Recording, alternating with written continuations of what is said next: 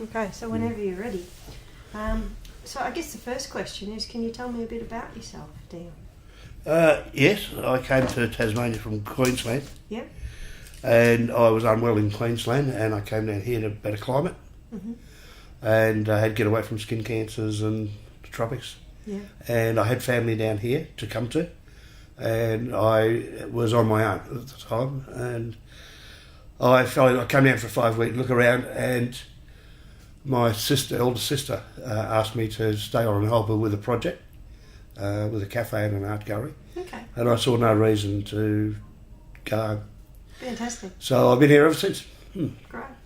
So you can tell me a bit about your medical history.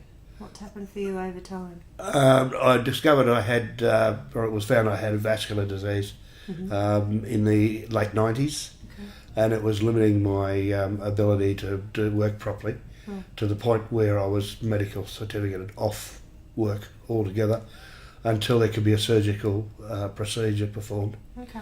I was in the public system up there. They could give me no firm prospects of when I would be able to present for operation. Mm-hmm. I was fortunate enough to be visiting my GP, and he was away, and there was a locum filling in for him who had just done a locum in Launceston. Oh, okay. And I said, I'm going to live in Devonport area. If I need a vascular man, who should I see? Mm-hmm. He gave me a couple of names. And that gave me an introduction to the system here. Mm-hmm. And I was consequently put on a wait list for Launceston General. Okay. And my first operation was in 2002. Okay. And can you tell me what happened? I went up for angioplasty. Yep.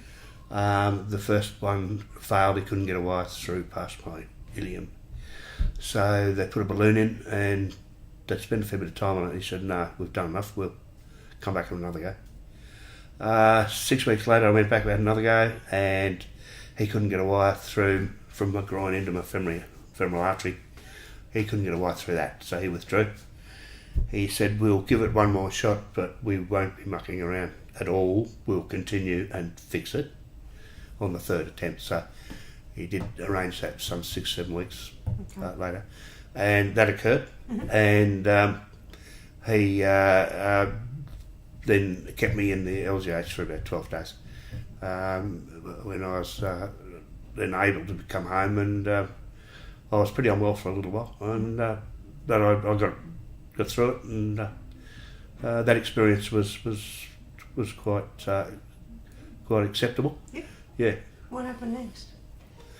The next one was I did all my follow-ups and had my ultrasounds done on an annual basis, and kept all my appointments. And then I felt my other leg starting to go the same way as the first one, and went into this cramp in my lower leg, and it got quite awkward, hard to live with. Mm-hmm. And by this time, the first chap I'd seen had gone to Western Australia. Okay. So Tassie was in a bit of a problem there with vascular people. They only had about one left Okay. that I'm aware of. And so I had to organise that through Hobart. But that gentleman was still seeing patients in Launceston, but I had to go to Hobart to see him first up. Okay. And that's when the wheels started. I realised the wheels were starting to fall off the system a little bit when I had an appointment to see him. Drove from Port Sorell to Hobart because they insisted I was there at 7:30 in the morning. And duly booked in, waited, had my letter, waited. 11:30 I'm still sitting there, and the nurse came out and said, who are you waiting for? And I told her. And she went away, and she came in, she said, all right, yes, you're the last patient. I went in there and reintroduced myself, and he said, who are you and what can I do for you? Right. I said, I'm here for a pre-admission type thing and to get the result of ultrasound that I had done up at the LGH for you. And he said, what's your name?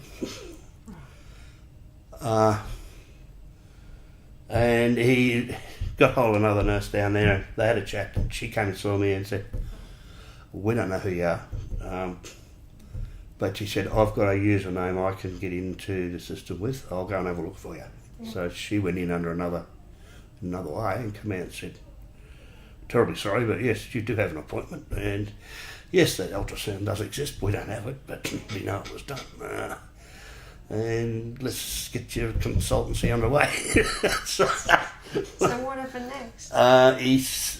The vascular surgeon apologised. He said, this is not meant to happen this way. And he said, I don't know what I'm doing in the system at the moment. I really don't. He said, I will see you in my private rooms in Launceston. I will organise my own radiologist to do the ultrasound I want on my machine, Mm-hmm. and I will phone you with the results. You don't have to come down here again. Right. And he said, the next time you hear from me, it'll be your appointment to come down and be operated on. So that duly happened. He stuck to that. And that occurred. We got down to having that done, and that operation was successful, but it was very in and out. I noticed they were very much, how are you getting home? It's not how are you, it's when you come out of theatre, Yeah. Who's picking you up and when? Okay. Is there any chance that can be done quicker? Right. Yes, we want you dead. Can you go now? I got the distinct impression they would have paid me for a taxi back to Port Sorell if they thought I'd survive it. So yes, I had a bloke come down and pick me up after day 3. From Port Sorell. And they thanked me for not abusing the system and expecting a ride home. So Okay. I thought, oh well, that's all right. You fixed my problem, and but I was given absolutely no indication of what I do when I go home and how I'm supposed to get on with this. I lived alone, and I was pretty weak. It does take it out of you, these operations. I don't know whether others find general anaesthetics hard on them, but I felt wrung out for quite a while. Right. And run out of energy and tired and sore and just not. What support did you get at that time? Well, I did have a GP. Okay. My GPs actually never really got involved with much of my surgical stuff, because once I had that connection with the LGH and that particular surgeon, Yeah. the GP's role after that was, the other leg's gone. I believe there's only one surgeon left. Can you give me a letter to him? Right. He provided that, and that was the service that I wanted from him, really, because I knew he couldn't fix it. GPs can't fix that. Yeah. But there was little or no, like the GPs never knew that operation had been done. My records clearly got back onto their screens. There was no problem there. But of course, unless you've got an appointment with the GP, he's not going to go scouring through your name. Yeah. Yeah. So it was always a revelation to them when I finally went, because I ran out of scripts for my heart drugs to say, oh, I've been in Hobart at the hospital and had another FemPass bypass graft. Yeah. FemPass bypass graft. Yeah. And I'm not sleeping too well, and my feet are tingling and carrying on as they do, and they'd cut all the nerves in the chin, and you're running into things, and you're just generally uncomfortable. And I didn't know there was anything for that. I thought you just had to wear that. So it wasn't until that there's any real interest, and then they said there was nothing they could do about it anyway. So Right. I've since found out there's a lot you can do about it. But Yeah. yeah. Okay. So I felt a bit out of the loop there. Yeah. And then I had an emergency where this one, 12 months later, blocked. Okay. Can you tell me what happened there? I was working in a orchard for a lady, and just doing some manual work for a lady, just cleaning up her apple trees, and Yeah.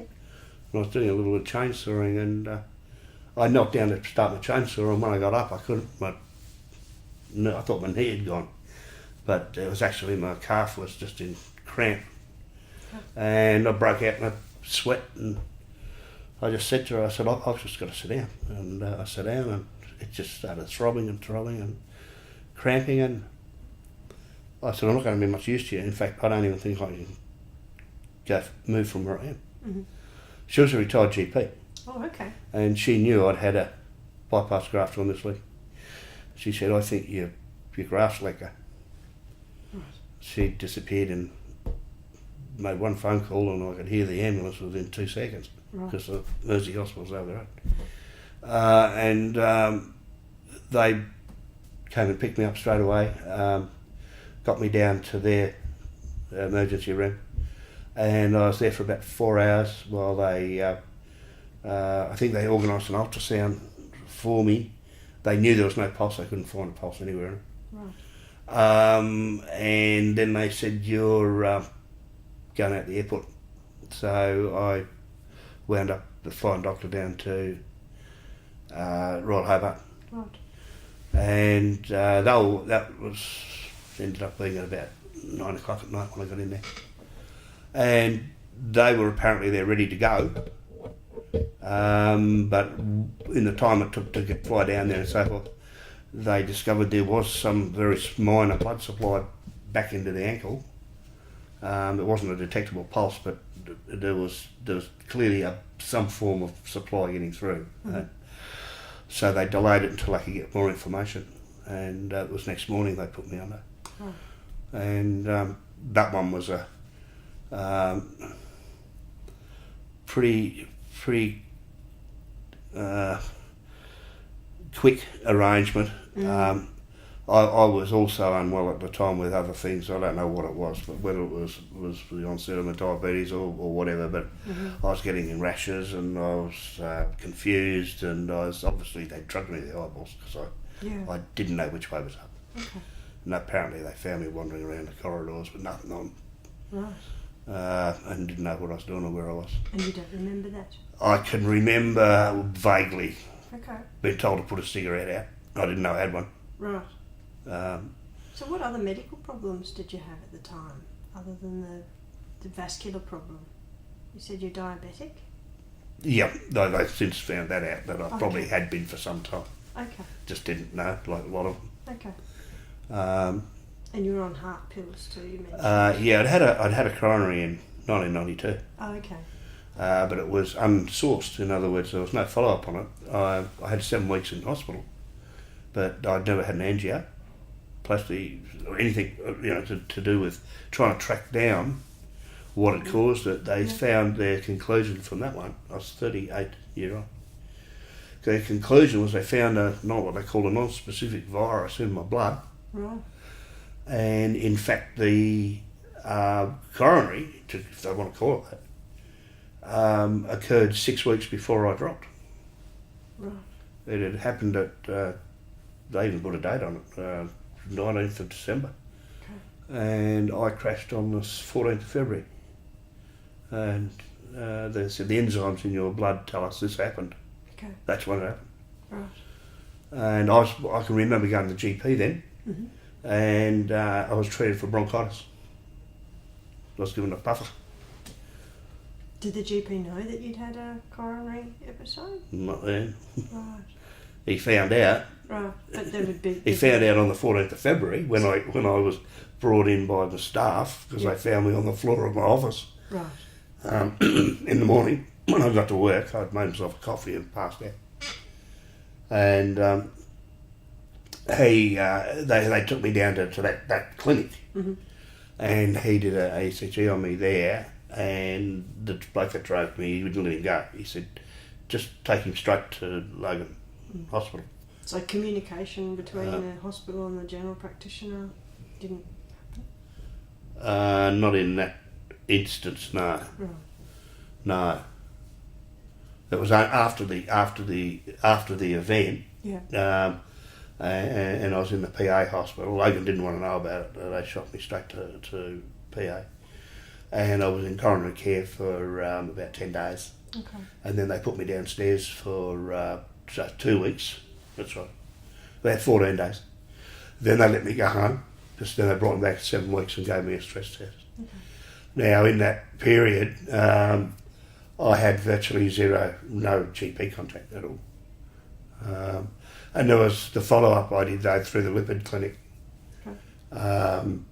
And a dietitian and so forth, and we sort of sorted that sort of thing out, even though they still wasn't aware what the cause was. I didn't have elevated cholesterol, or they probably worked out I probably drank too much and ate too much, but you know, apart from that, I worked 72 hours a week. I wasn't have that much time to, but I was smoking a lot. So how does that follow-up compare with the follow-up you got after your graft blocked up in Tassie? That follow-up was hospital follow-up, and they would lecture me and give me some specific things to do. In other words, they didn't let me out until the dietitian's coming to see you, and she's going to set a meal plan. The lipid clinic's going to see you, and they're going to tell you what you're going to do and when you're going to do it and when you're coming back. So when I left that hospital to come home, the PA, I had and some of these guys were seeing me at the General, not at the PA. Some of those clinics were conducted at the Brisbane General on the other side of town. So that was a very clear agenda. That was in the 90s. That was in the 90s. So compared to here? There was the only real follow-up came after this emergency one. I wasn't out of the woods. They had to give me a transfusion after the second day or the first day that I came out of that. And they put 3 bags of donated blood through me, and then came back and stopped the whole thing and said, there's no hemoglobin in this blood. You have no oxygen in your blood. We don't know how you're doing this, but we can't keep dipping blood into you. So they sent me down to the cardiologist, who put me back to yet another angio, and came back and said, this guy's got 3 cabbage problem that you really need to attend to. So 3 days later, I was down there, so they did that heart and fixed that up, and some of that's a blur because I just don't know. I lost a week down there. I just don't know what happened. My hospital time was 19 days into Royal Hobart, followed by 7 days at Mersey, then home. I can remember most of it, but there's a week there that I just couldn't tell you what happened, what was happening to me or anything else. But by the time they gave me some help there at Hobart, the nursing staff looking after me after this, they got me and sat me down, and one of them made up a sort of a yoke thing. It's a bit like something you'd hang on to if you're skiing. And she said, you need to tie this to the end of your bed or somewhere, because getting yourself up out of bed when your sternum's been wired up, you can easily split it back open. And she said, you don't want to go there. That's another year off.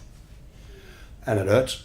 And she said, you need this because you cannot physically put your arms inside of you and push yourself out of bed. You need to do it this way. So I said, okay, all right. And she said, I know you're going back to the Mersey Hospital. Get them to make you one up.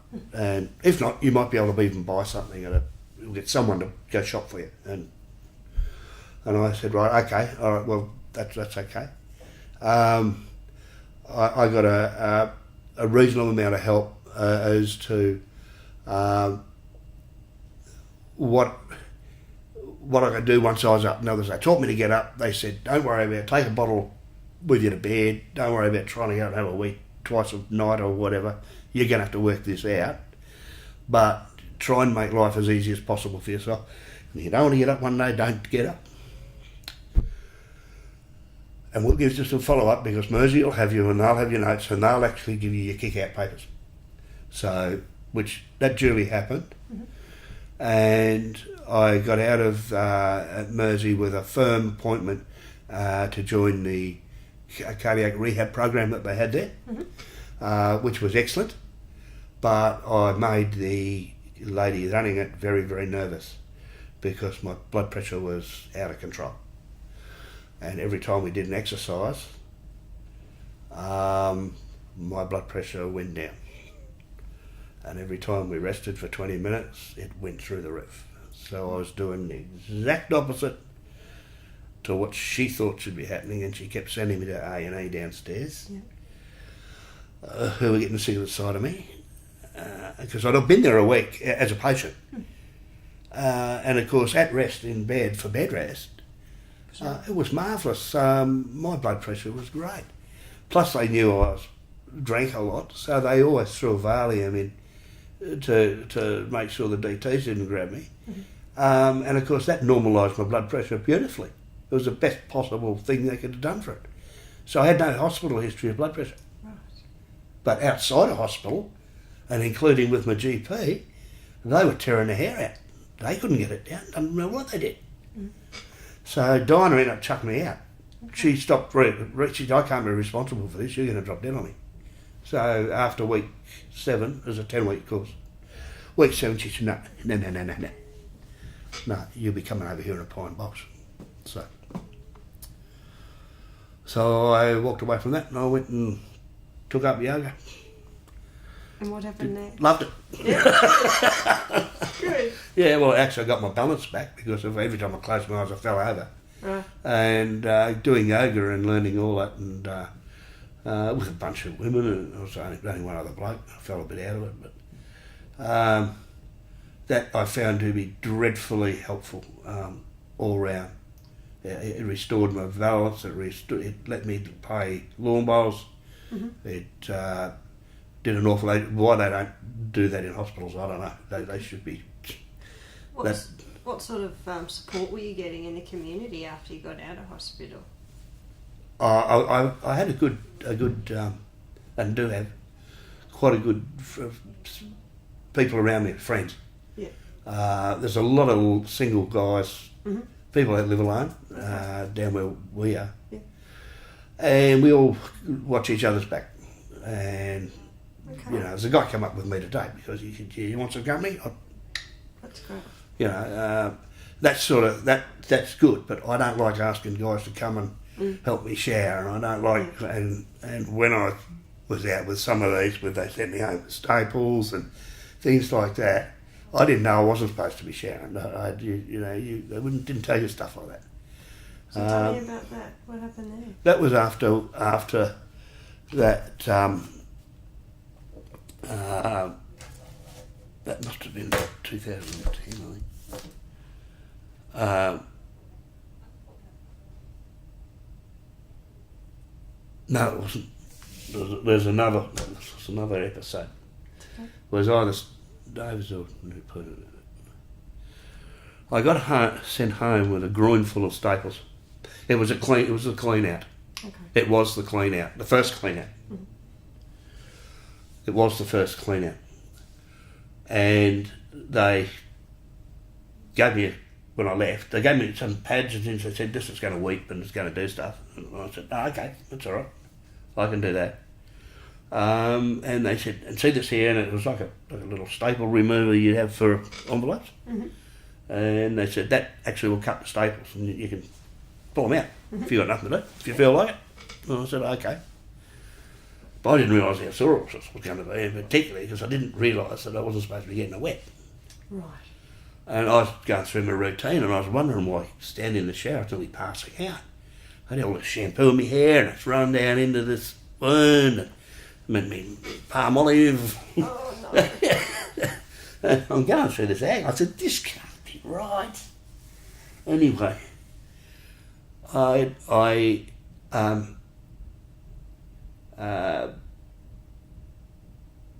had never occurred to me that you could go to your GP and they might have a nurse there that could do something for you. I went over to Mersey Hospital But I went over to Mercy because a lot of my dealings had been direct with Mercy. I've been carted in there in ambulances. I've been flown out of there with a flying doctor. So that was my second home for, if I was in trouble, I knew they'd fix it. The GP probably couldn't. So I did actually go over there and say, what am I supposed to be doing here? They said, we've just opened, would you believe, a wound clinic. And it's only new. You're going to be one of our first patients, actually. Anyway, over 3 days, they took them out. And they wouldn't take them all out. I said, no, you've made a nice old mess with those, because some of the flesh was starting to rot. And they had to stay in a bit longer, and no more showers, and that sort of stuff. So, yeah, once I got that right.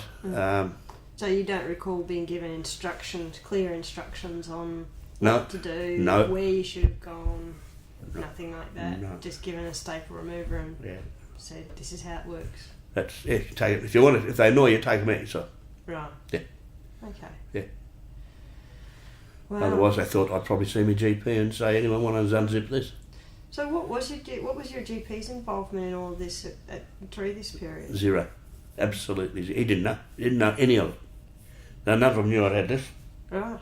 No. So no communication that. Well, all the documents were there, like on the screens when I actually went to see them, and they said, "Where have you been for 6 weeks?" Right. And I said, "Oh, I had a bit of a problem with the old leg went," and I said, "When the leg went, the heart went." Yeah. So it turned into a bit of involved arrangement, Yeah. and then they went flicking through their stuff and said, "Ooh, Right. yeah, been in trouble, haven't you?" So in terms of professional help when you got discharged from hospital, who was there that was out in the mix to support you? Well, when I got discharged, there was a little bit of confusion about who was going to take responsibility for what. Okay. Because this was a redo of another surgeon's work, the bloke that did the redo that operation didn't have a name. Okay. It sort of tried not to exist, sort of. They couldn't find they appointed a cardiologist up here whom I'd never seen, never had an appointment to see or whatever, or was going to guide me through all the pitfalls of. I did get an appointment with him. I went and saw him. He looked at my results. He insisted on the notes of the surgery, but I had to get it. He wouldn't try and source it. They said, no, you try and get it. So I had to go back to my GP, and they said, we can't get that. And I said to his secretary, well, this guy ain't going to see me without him. I'm wasting my time, and he's $200 a visit, and I'm paying, and I'm on a pension. So somehow they got him sent to him. And he said, I can't even read him. He said the quality of the print. He said, I don't even know what's on there, to be honest. But he said, I've had a look at all your drugs. He said, I'd take you off 14 of them and just leave you on the 3 main ones. And he said, quite frankly, I don't think I can help you. See ya. That was it. And then what happened? I said, well, I do have an issue. I said, I've been kicked off the cardiac rehab clinic because I'm thought to be too dangerous to work with. And I'd like to get to the bottom of that if that's possible. And he said, well, what's the problem? I said, well, my blood pressure under exercise goes down. In fact, if you want to put me on a treadmill, I could almost guarantee you after about 11 minutes I'll faint. So he did. And I did.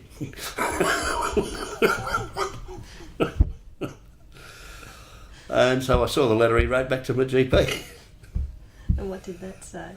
He said basically, this condition is vaguely known in other parts of the world, but it has no known treatment, and it does exist. He did acknowledge that it does exist, because the thing they're reading said it does. I went to 65 over 33 after 11 minutes on treadmill. Yeah. And heading Yeah. and heading down. So, but that was it. Too bad. You got it, you own it, suck it up. Right. So I've accepted that. That's what I've got to do. It hasn't got me back through the door to finish my rehab. It hasn't got me anywhere else. I know if I overstretch myself exercising, I get very lightheaded and start to go again. So, but I know that limitation now, and I know what happens. Before I had no idea. I thought I was part of the diabetes. I thought it was part of, could have been a lot of things. I just didn't know. So what happened next? Well, would you believe? Yes. Okay. It blocked again. Right. Last year. Same leg, same place, and same result. We got shot down in the plane, and that was a very efficient, straightforward, but very urgent arrangement. They'd obviously had a pretty good look at my records on that leg right back through to the original, and I was greeted straight off the airport as I come through the door, straight into the beginnings of a theatre with, you realise you're here for an amputation, don't you? I said, what? He said, I looked at your records, mate. He said, you've been cleaned out twice before. He said, you ain't getting many more shots than that. We can't keep going into your groin, it's an absolute mess. And I said, okay, that's the way it is. He said, I'm going in to see what I can do, but he said, I'm convinced you will not have we won't be sending you home with that leg. And I said, okay, this is either a very good scare tactic because it's working, or I'm run out of luck. So I was just there in my underpants, so I shoveled straight out of the plane in my undies to get down there. So it was all a shock to me. I knew I was in trouble because I could feel it. I'm no stranger to that pain. And anyway, I came out of theatre probably about 3 o'clock in the afternoon. It was when I woke up anyway. And they'd already got me upstairs. And everything was still attached. I couldn't look around. And, fell around. And the nurses come up and introduced themselves and picked up the chart and just started ticking things off and did half-hourly obs. Yeah. And then, no, I didn't ask any questions, get told no lies, I'm just recovering, and they said, yeah, surgeon will come and see you in the morning, and no. I said, okay, that's good. Anyway, I still had no feeling anyway, I didn't, And then about 11 o'clock that night, there was a shift change, and the nurse came on and picks up the chart, she's having a look at it, and she ran her hands over my feet, and she stopped on that foot. And she looked at me and she said, "Can you feel that?" I said, "Yep." Okay. Anyway, one of the other nurses went past the door and she said, "Come here." I said, "Feel that? What do you feel?" She said, "Warm." Yeah, it's the first time, isn't it? And she said, "Look at the charts." Yep. She said, "That's got failed procedure written on." And I said, "Go and get one of those echo things." So they went out and got a portable one of them and stuck it on top of my foot. Whoosh, whoosh, whoosh, away she went. Anyway, then there was a couple around, and there was a bit of a seance at the end of the bed with some pretty senior nurses, and I said, "How are we going to explain this?" And they went looking a bit further, and they got round behind my heel, and yep, there's one there too, and so they said, "Have a nice night," and they came in every hour and put the gel on and had a bit of this and I took ticket. Anyway, next morning early, this dishevelled looking lady that I'd been introduced to earlier was the assistant to the surgeon. Come up and she was all gowned up and obviously been working all night like we were. And she said, I don't know how to explain this. She said, well, we didn't put that pulse back there. She said, I'll have to see the guy. Mm. Anyway, about 11 o'clock that morning, he came in. He was all gowned up too. And he said, I don't know. He said, mate, I just don't know. He said, it's there. He said, there was nothing to do with us. He said, I had a camera in your leg for 5 hours. And he said, there's nothing down there to support a pulse.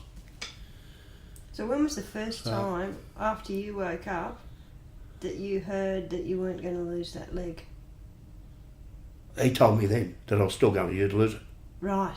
He said, I'm not sending you home. He said, right. I said, I'll give you 2 days because I think this is an aberration. He said, I'm not doubting our equipment. Yep. He said, I've been in your leg, mate. Mm. It can't be.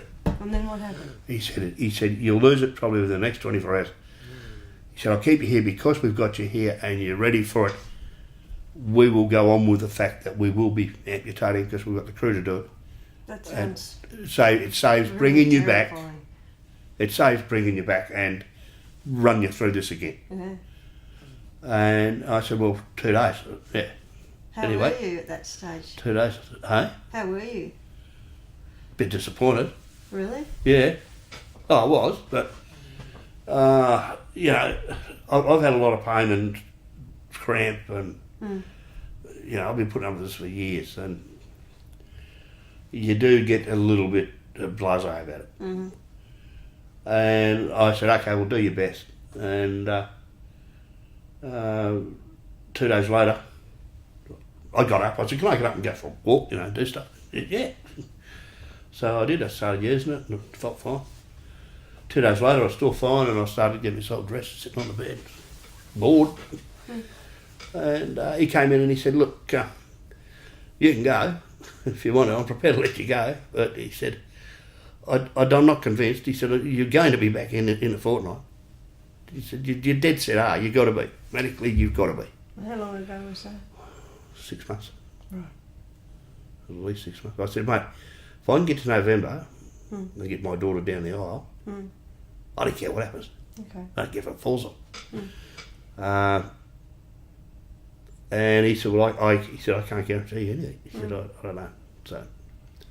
And that was 6 months ago? At least 6 months ago, yeah. So then what happened? You've been chugging along okay? Yep. I just gone back to all the things I was previously doing. I got a bit gun shy about the walks I was doing. I was doing walks. I still kept playing bowls, and I'm playing winter bowls too at the moment. Good. I'm not going to change my routine. Good. I don't see the point. What support do you get professionally outside of the hospital environment at the moment? Well, professionally? Yeah. Home help, nursing support, GP, anything like that? No. They all know about it, but they don't know what to do. Okay. How do you go with things like showering, getting ready, feeding? No. That's all good? That's all right.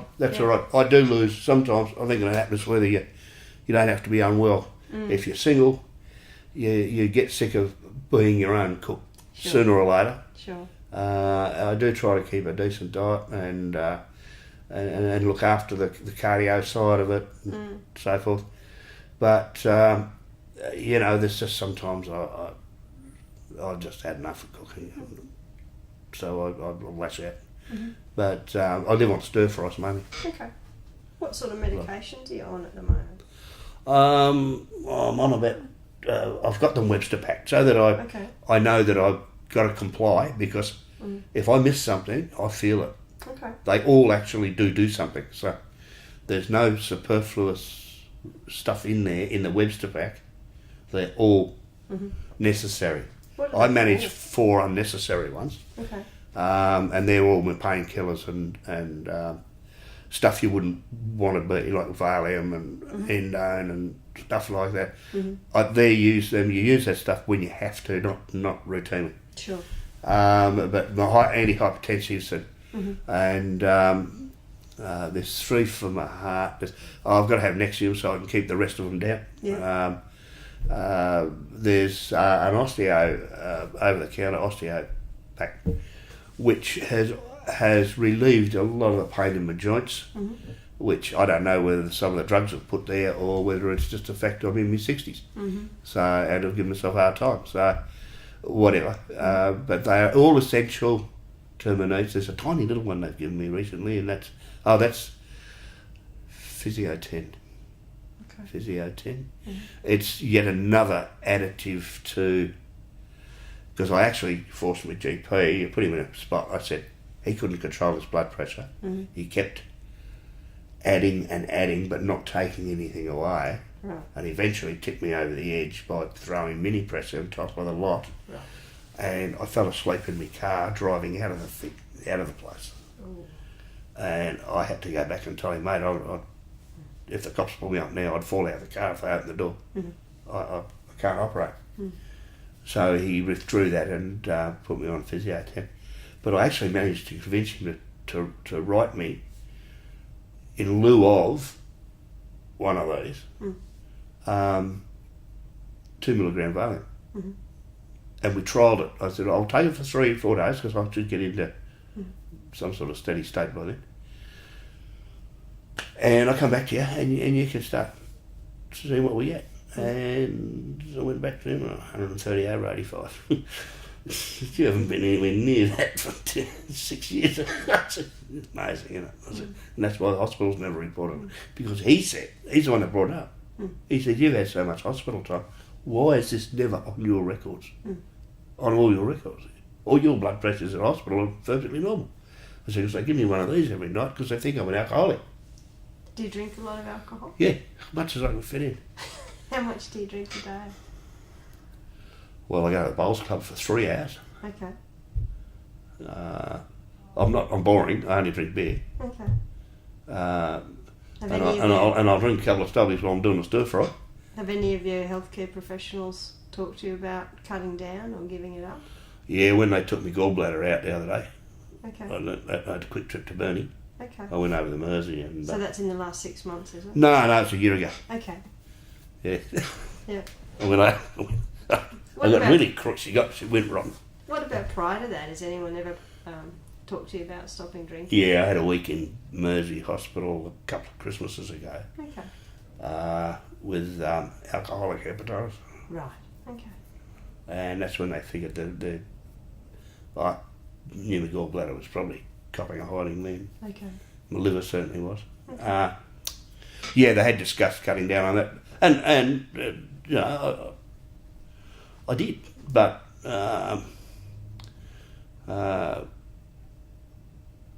just liked the stuff, and the guy I went through with for my gallbladder, he said, "Well, mate, it is causing you some problems." And when I'd had a week in Mersey and they got me right, and I went for a year without any difficulties, and then it came back in. The trigger, what was triggering it, was actually lamb fat, and I don't eat a lot of lamb fat because I know I can't tolerate it. But someone had given me a chop with a little tail on it, and I'd necked it, and it triggered an almighty reaction. And it was so bad, Mersey kept me for an entire week and had me on dehydrated. I couldn't stop me vomiting, I was dehydrated, it was all bad news. Okay. And after that result, it happened again a year later, which was a year ago. And I went over to the Mersey and they said, time to get this out. Okay. So they got hold of Burnie. Burnie had a team on standby, so they put me in an ambulance and whizzed me straight down. And but when I got there, they said, your meds, they've just sent down your meds, you've faxed your meds down. You're on a blood thinner, we can't touch you, that you should have been 10 days off at least and back on aspirin. So they did their own blood tests and said, well, we'll keep you here anyway, because she said, we wouldn't operate the way it is anyway. It's rotten. So we'll clear up the infection. We can't touch it till we do. So I was 4 days there in Burnie, whilst they whilst they cleared it up, then they sent me home and brought me back about 4 weeks, 5 weeks later, and then started doing a very detailed set of procedures which I'd never seen in the system before. Very professional, but did call me back 3 times for pre-admission because everyone wanted to interview me. Right. Anaesthetists wanted to see me separately. Someone else wanted to do an echo test on me. He didn't like my heart beat and still doesn't. They were incredibly thorough, and the week I drew, or the night I drew for the actual op, was right in the middle of their diabetes month or whatever they had on their plate, and I've never seen anything like it. Gallbladder meant nothing. Right. You have been treated orally for diabetes. Yep, right. You're in our sights. And they started, and they came in for breakfast, and next minute someone's there pricking my finger. Can't have that yet. Ooh, you're up a bit. Out comes your needle. Okay, now you can have it. Do you check your I had it, diabetes? and then she's back again. Right. Oh yeah, that worked. See you lunchtime. This went on. I said, you can't do this to everybody that's been treated for diabetes. And I said, I just on a couple of tablets. And she said, yeah, well, you're in hospital now. We can do this. Okay. And I said, yeah, but do you realise how impractical it is in reality? So do you check your sugars? No. I've got all the gear. How long have you been a diabetic for? Don't really know. But from when they told me I was, Yeah. it's been about 4 years. 5 years. And what did they tell you? I know when to about check it to get 7.8. Let's put it that way. Right. So you do it then? Yeah. Okay. Try 7.8. And you mentioned you're a smoker. Have you given I that was. up? Yeah. I gave up the day they did that. Right.